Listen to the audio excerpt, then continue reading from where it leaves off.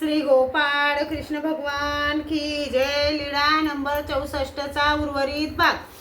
सर्वज्ञ म्हणाले, रडू नका ओ वानरे, आता आम्ही तुम्हाला आमच्या जवळून केव्हाही पाठविणार नाही हो, दुःख नका करू। म्हणून सर्वज्ञांनी पाठीवर श्रीफळ ठेवला।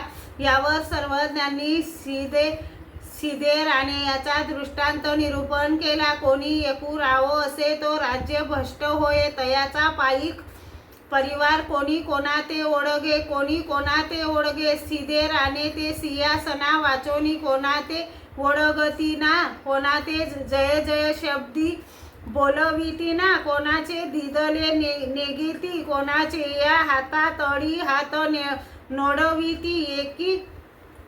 एकी परीचा उदम मात्र करुणी, आपुले या कुटुंबाचा निर्वाह करुणी असती। मग तो राव मागोता आपुला राज्य पैसे, तयाचा पायिक परिवारू मागोता तया पासी आला। एकुदी तो सिंहासनी बैसला होता, तेने ऐसे पाहिले मग तेने म्हणितले, हा गा तुम्ही अवघे आले ती, आमचे सीधे राणे देखी जती ना, ते के असती मग ते सांगती, ते कोणा ते ओळगती ना, कोणाचे या हातातळी हात नोडविती।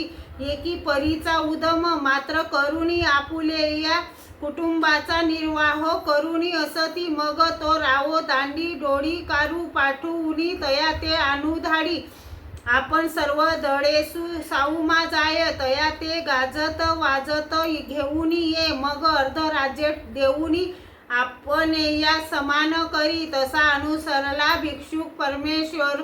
उदास झाल्यावर जीव देवतेचा आश्रय न धरता परमेश्वराचा वियोग दुःखाने त्यांचीच आठवण करीत राहिल्यास त्याला आपली मोक्षानुभूती देतात। श्री गोपाळ कृष्ण भगवान की जय।